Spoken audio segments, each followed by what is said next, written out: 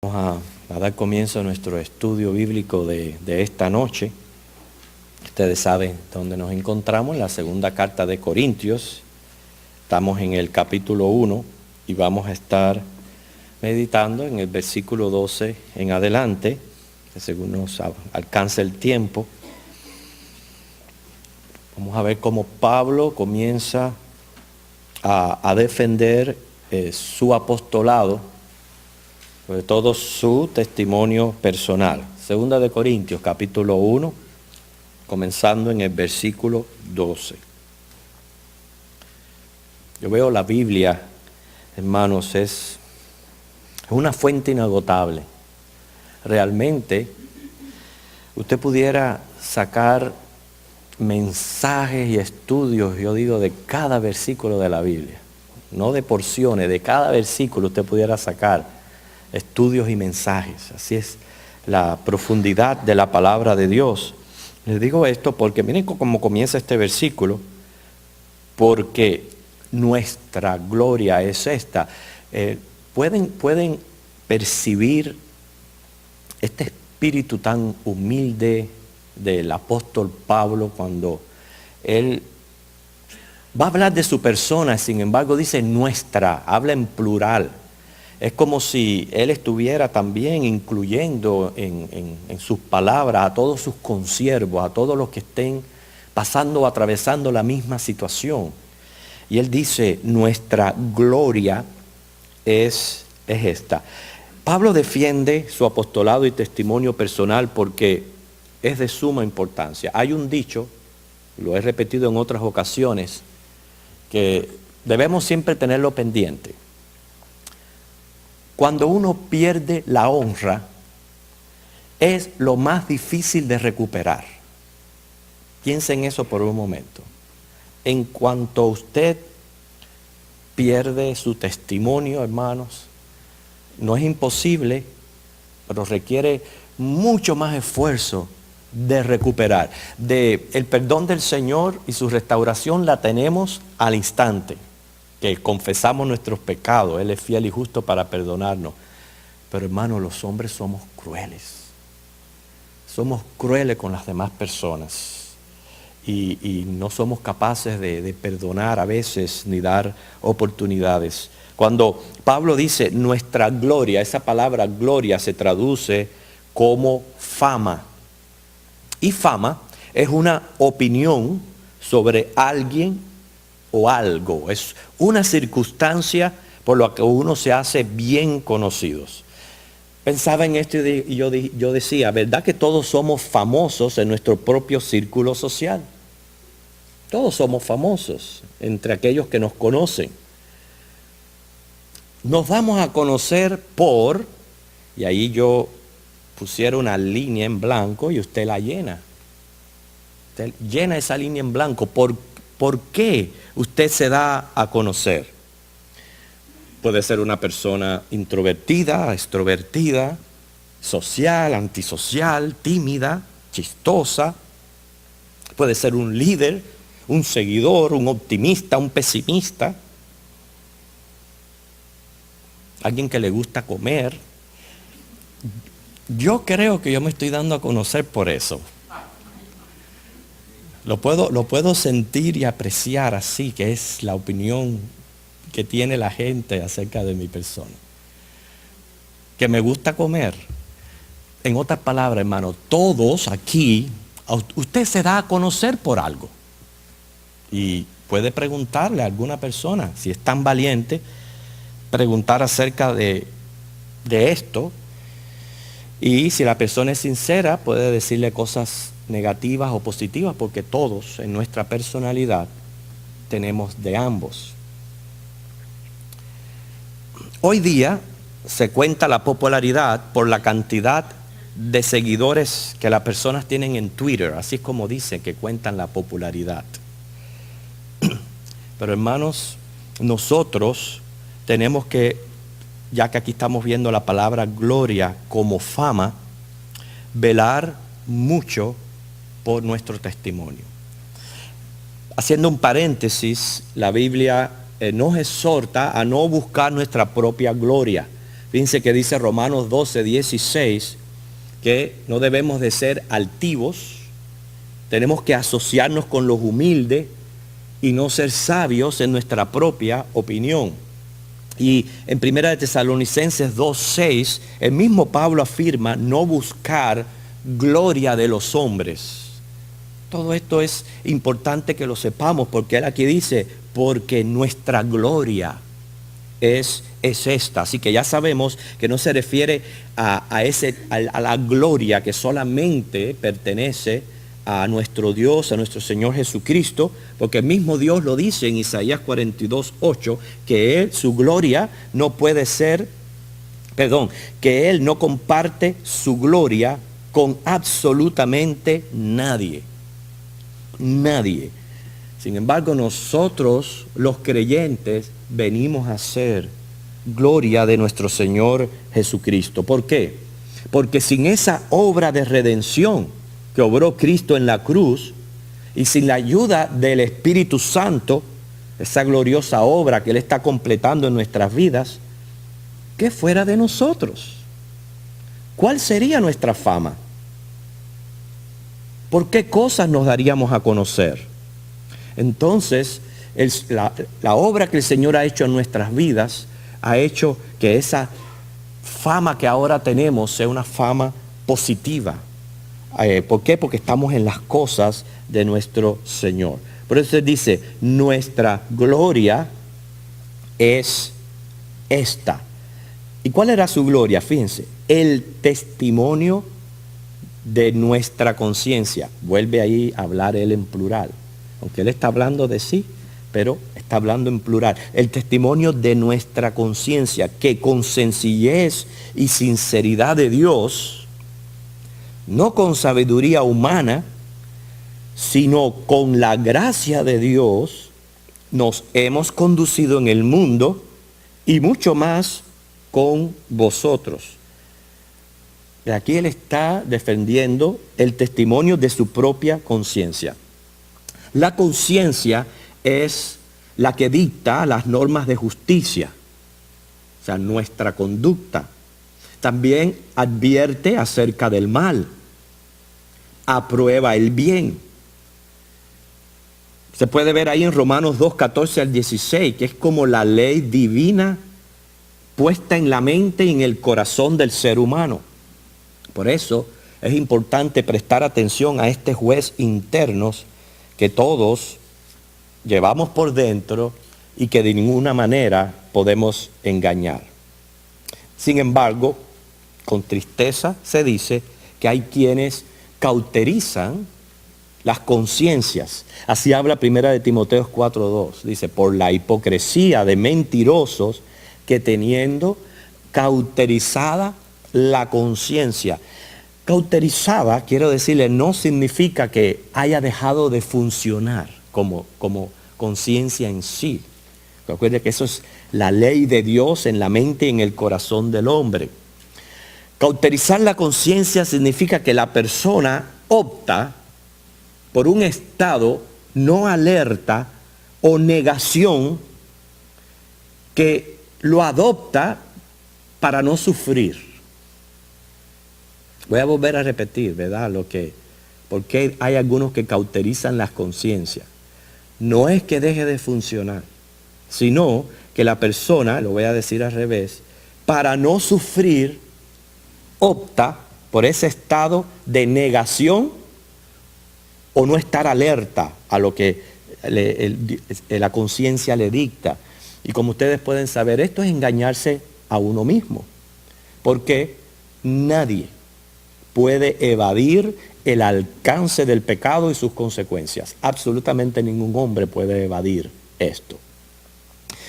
Fíjense que hay quienes dicen, a mí no me importa la opinión ajena. ¿Lo ha escuchado decir? No, yo no vivo con la opinión del vecino.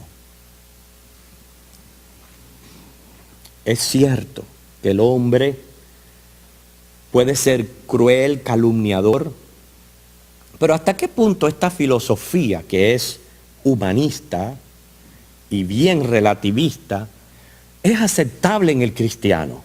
¿Hasta qué punto un cristiano puede decir, a mí no me importa lo que piensen los demás de mí. Yo pienso que al cristiano sí le tiene que importar la opinión ajena. Claro que sí. ¿Sabes por qué? Porque se trata, más que todo, de la honra de ser un discípulo de Cristo. Y por eso es que es bien importante la opinión que tengan las personas acerca de nosotros y guardar nuestro testimonio.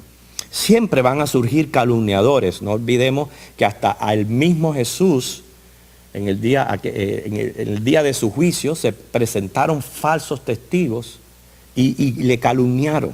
Eso no lo podemos evitar.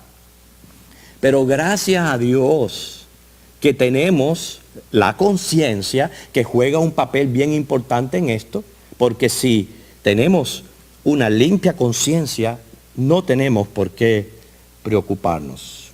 Cuando nuestra conciencia está limpia, no tenemos que temer. Si nos difaman y calumnian, bueno, encárgale eso a Dios. Y Dios se toma cuenta de esas cosas que suceden, que son injustas. Pero hermano, ahí en esto vemos que la conciencia, hablamos de conciencia limpia, pero ¿cómo yo sé que la conciencia mía está limpia? Cuando definitivamente está de acorde con la voluntad de Dios. Por tanto, debo conocer la voluntad de Dios, entonces, operando de acuerdo a ella, yo voy a poder dormir tranquilo, como decimos. ¿Y qué dicta la conciencia de Pablo? Dice, su proceder en el mundo y en especial entre los corintios no fue según la sabiduría humana, sino según la gracia de Dios. El apóstol no se rebajaba a las filosofías humanistas, la manera del mundo de interpretar la vida, que es casi siempre antibíblica, carnal. Él no era de doble ánimo, como le sucedió a algunos de sus consiervos. Y no se trataba tampoco de sus propios logros. Noten cómo él dice ahí, con la gracia de Dios. La gracia de Dios nos hace sencillos, humildes y sinceros. Puede leer en 1 Corintios 15:10. O sea, entender claramente, número uno, esto es lo que hace la gracia de Dios en nosotros. Primero uno entiende que uno no es merecedor de nada, absolutamente nada. Luego uno acepta que lo que somos ha sido por la obra de nuestro Señor Jesucristo, ha sido por la obra del Espíritu Santo en nuestras vidas. Tercero, lo que hacemos es con el poder del Espíritu Santo. Y todo esto es el mejor antídoto contra la altivez que por naturaleza puede crecer en el corazón del hombre. Y si en algo ha de jactarse el apóstol, era de su integridad. Pero él mismo lo dice, la manera de yo comportarme, que no ha sido según el mundo, no ha sido por mis propios esfuerzos o mi grado de educación, no, ha sido por la gracia de Dios. Esa es la única razón por la cual yo he podido mantener un limpio testimonio basado en una conciencia que está de acuerdo a la voluntad de Dios, que aunque estén difamándome o no aceptando mi apostolado, yo estoy tranquilo, porque yo sé que lo que yo soy ha sido por la gracia del Señor. Por eso él continúa los versículos 13 y 14 diciendo, porque no os escribimos otras cosas de las que leéis o también entendéis, y espero que hasta el fin las entenderéis, como también en parte habéis entendido que somos vuestra gloria, así como también vosotros la nuestra, para el día del Señor Jesús. Bueno, siempre cada vez que se escucha vuestra gloria es vuestra fama, lo que somos, lo que ustedes son, lo que yo soy. Todo esto es obra de Cristo, todo es obra de su gracia. Por eso siempre toda gloria va a nuestro Señor. Pero él les dice, la lucha y defensa de Pablo era contra las opiniones de algunos. Por eso es que él dice ahí, como también en parte habéis entendido. No eran todos en Corintios quienes estaban en contra de Pablo. Había un grupo que habían ya aceptado su apostolado. Pero aquellos que no reconocían su labor en el Señor, pues entonces hablaban mal de él. Pero los que sí podían gloriarse en su vida, pues sabían bien que él vivía lo que les escribía, y a su vez Pablo se gloriaba en ellos por la manera de responder al Evangelio y sus instrucciones. Por eso dice, todo esto es para el día del Señor Jesús. Ese día del Señor Jesús se está refiriendo al tribunal de Cristo, cuando el servicio de los redimidos va a ser evaluado y recompensado. Y en ese tribunal, Pablo iba a mirar los rostros de aquellos corintios, quienes fueron salvos porque Dios lo usó a él como instrumento. Y también ellos iban a ser su gozo y corona, y se regocijarían de tener a Pablo como el instrumento de gracia que Dios usó para llevarles a Cristo. Los versículos 15 al 16, ahora él va a presentar directamente a tratar con el posible problema que había surgido. Dice, con esta confianza quise ir primero a vosotros para que tuvieseis una segunda gracia, y por vosotros pasar a Macedonia, y desde Macedonia venir otra vez a vosotros, y ser encaminado por vosotros a Judea. Con esta confianza él dice, o sea, sabiendo que están reconociendo que yo soy un apóstol y que trabajo para Cristo, Pablo les presenta sus planes iniciales, lo que incluía una segunda venida. Pero yo quiero que aprecien cómo todo Pablo lo veía producto de la gracia del Señor. Porque aún para decir una segunda visita, dice una segunda gracia. Como diciendo, es que no se le escapaba absolutamente ningún detalle para glorificar la gracia de nuestro Señor Jesucristo. Él dice, iré otra vez a vosotros. O sea, vemos cómo la gracia abundaba en la mente de Pablo, y nos pone a pensar a nosotros, si no fuera por esa gracia, sus planes fueran otros. ¿Recuerdan cuando Pablo pidió carta en las sinagogas para ir tras los del camino y matarles? Esos fueron sus planes anteriormente. Pero cómo Dios cambió los planes de Pablo y ahora era un misionero a los gentiles. Lo mismo pudiéramos decir cada uno de nosotros. Si no fuera por la gracia del Señor Jesucristo, nuestros planes fueran otros. Hoy muchos de nosotros a lo mejor se hubieran quedado en casa viendo las novelas. Eso es una buena posibilidad, ¿verdad? Estuvieran haciendo otra cosa, planeando algo ya para el fin de semana para hacer. Pero ¿cuáles son, si Dios quiere, nuestros planes?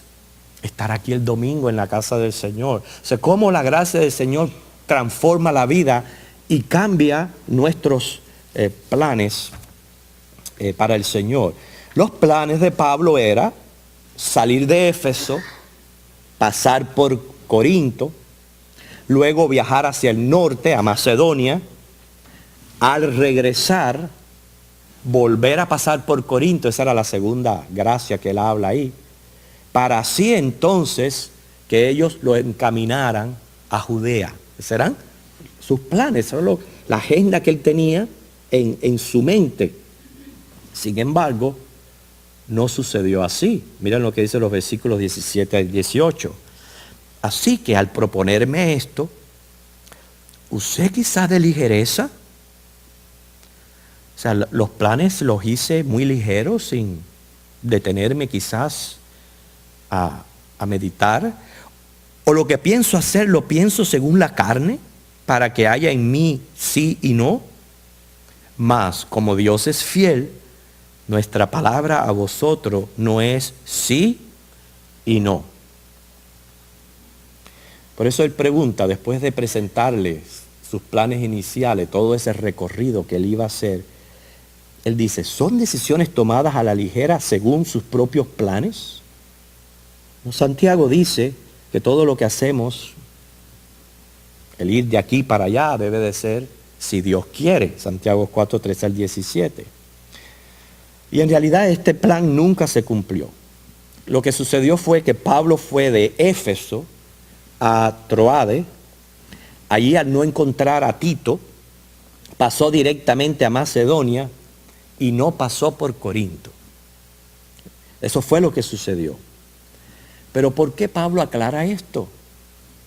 Porque seguro que sus opositores, ellos estaban esperando la mínima cosita que pasara para hablar enseguida mal del apóstol, quizás diciendo que él era un hombre voluble que no cumplía lo que prometía, que les había dicho una cosa y resultó ser otra. Y si así es con lo que él hace en su vida, bueno, así también serán sus predicaciones. En otras palabras, Pablo se defiende contra el antagonismo. Y el antagonismo, hermano, es una cosa que siempre se levanta en cualquier congregación. ¿Viste? Un antagonista es una persona con un, y valga la redundancia, crítico espíritu de crítica. Un espíritu de crítica. Lo critica todo. Con un antagonista nadie gana. Nadie gana. Si usted dice que es blanco, lo ve negro. Y si dice que es negro, lo ve blanco. Y hermano, nosotros tenemos que guardar nuestros corazones de ese tipo de espíritu, porque no quiere decir que usted no tenga una opinión, ni que usted la comparta. Amén, y lo pueden entender. En inglés, en vez de amén, es amen. Y si usted dice amén, ya está hablando inglés. Así que no tiene por qué decir que no hable inglés. Amén. Pero lo que está indicando, hermanos, es intenso. Es una afirmación, es un acuerdo. Fíjense cómo nosotros repetimos ese amén en nuestras oraciones. No lo hacemos por rutina, sino que debemos confirmar lo que estamos diciendo, porque estamos hablando es en las promesas del Señor. Esas promesas, por eso un amén en nombre de Jesucristo, ¿qué es? Nada. En Cristo Jesús, que en Él sí se cumplen todas las promesas, amén. Fíjense que la mayoría hay religiones que oran y terminan sus oraciones y dicen amén, pero no mencionan el nombre de Cristo. Entonces, ¿podrá tener confirmación dicha declaración? Claro que no.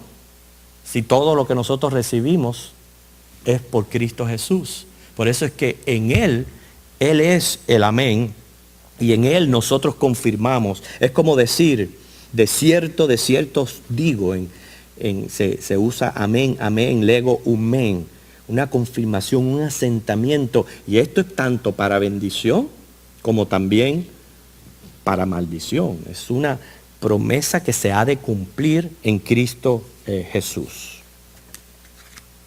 Y la confirmación de Pablo estaba en Dios, versículos 21 y 22. Fíjense, y el que nos confirma con vosotros en Cristo, y el que nos ungió es Dios, el cual también nos ha sellado y nos ha dado las arras del Espíritu en nuestros corazones. Pablo le asegura a los corintios que fue Dios quien lo había establecido a él como apóstol. Fue Dios quien lo estableció. Nosotros sabemos que en sus cartas él dice apóstol, llamado por Dios, por la voluntad de Dios, etc. Pero no solamente a él, también a los corintios Dios los había confirmado en la fe. Y fue Dios quien los había ungido con el Espíritu, capacitándolos, fortaleciéndolos y enseñándoles. Por eso él habla del sello en ese último versículo. Dice, el cual también nos ha sellado. Fíjate que un sello es una marca de propiedad, de seguridad, distintiva que representa al dueño. En aquel entonces se hacían de varias formas, de cera, de arcilla, de metal. Se hacían con una piedra blanca y hay veces eran cilíndricos y se pasaban por cera o arcilla, entonces para estampar luego la marca.